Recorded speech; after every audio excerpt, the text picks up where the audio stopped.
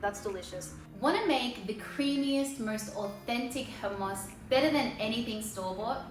Continue watching this video as I share with you my tips on how to get the most authentic tasting hummus, with tips on how to get that creamy, perfect texture every single time. Let's talk chickpeas. So you can use canned, you can cook your own chickpeas, but here we've got some jarred chickpeas and I've just gone ahead and reheated them. The reason for this is because although the chickpeas are perfectly cooked now, for hummus, we actually want them to be a little bit overcooked. So in this case here, we're going to cook them for another half an hour, and we also want to be able to peel the skin off quite easily. Also, if you're enjoying these videos, please don't forget to subscribe. It would mean the world to me. All right, so it's been 30 minutes and you can see that some of the skin has already started to come off. You can also see that some of the chickpeas have started to open up a little bit. This is really good because the more we cook them, the softer they're gonna get, and that's what's going to give us that creamy texture we're after. Now I'm just going to pour the chickpeas in here. And I'm going to run some cold water on them just so that they can cool down and I'm able to peel the skin off them. Now you can see that if I just put my hands through them a little bit, the skin starts to come off. And it's okay if you crush some of the chickpeas with your hand because they're gonna get processed anyways. That skin will rise to the top, so you can just take them out using your hand or using a strainer. And you can continue repeating this process until all the skin has been removed. I just repeated that process again and I rubbed the chickpeas to get some more of that skin out. The more of the chickpea skin that you take off, the creamier the consistency will be.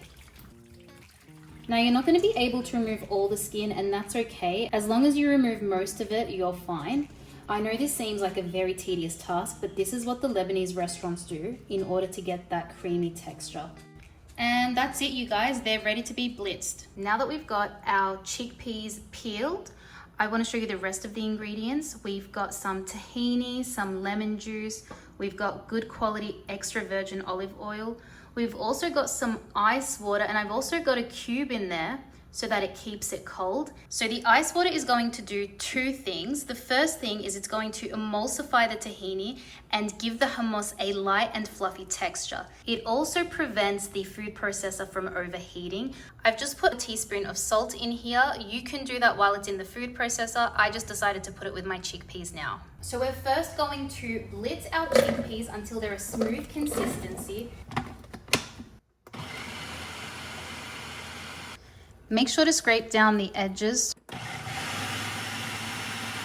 Look at how smooth that consistency is. So that one simple step of removing the skin of the chickpea really makes a difference.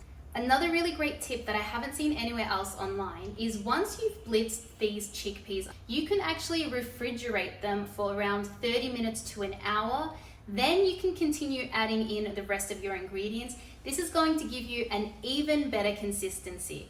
Now, in saying that, normally I don't have the time to keep them in the fridge for an hour. Usually I'm making it on the go, so it works perfectly without doing this additional step. Then we're going to add in the rest of the ingredients gradually. So we're going to pour in some of the tahini, some of the lemon juice, and some of the ice water. We're going to let them blitz, and then we're going to continue adding a bit more tahini, a bit more ice water, and a bit more lemon juice until all the ingredients are incorporated into the hummus. Now halfway through, we're just going to mix them all together and make sure that we're bringing in everything from the sides, and let's continue.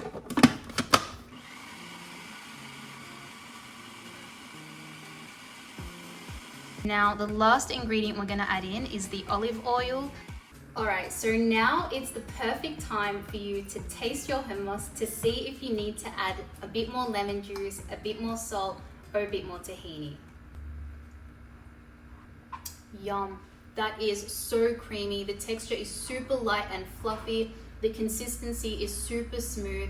And the flavor of the chickpea with the tahini is absolutely delicious. Give this recipe a go. Trust me, you are not going to regret it. This is perfect hummus, the type of hummus you would find at a Lebanese restaurant.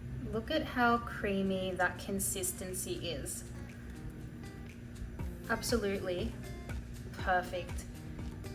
Another good sign that your hummus has a really good consistency is that it's not sliding off the spoon or the spatula. Put your hummus in a container and refrigerate it for a minimum of 1 hour.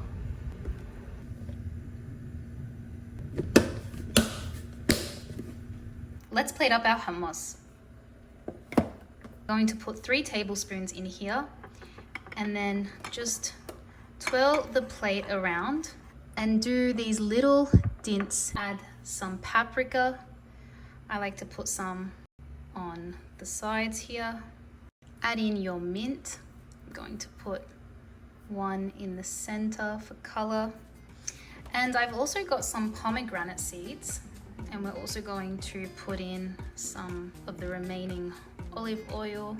And there you have it, delicious hummus. Who wouldn't want a bite of that?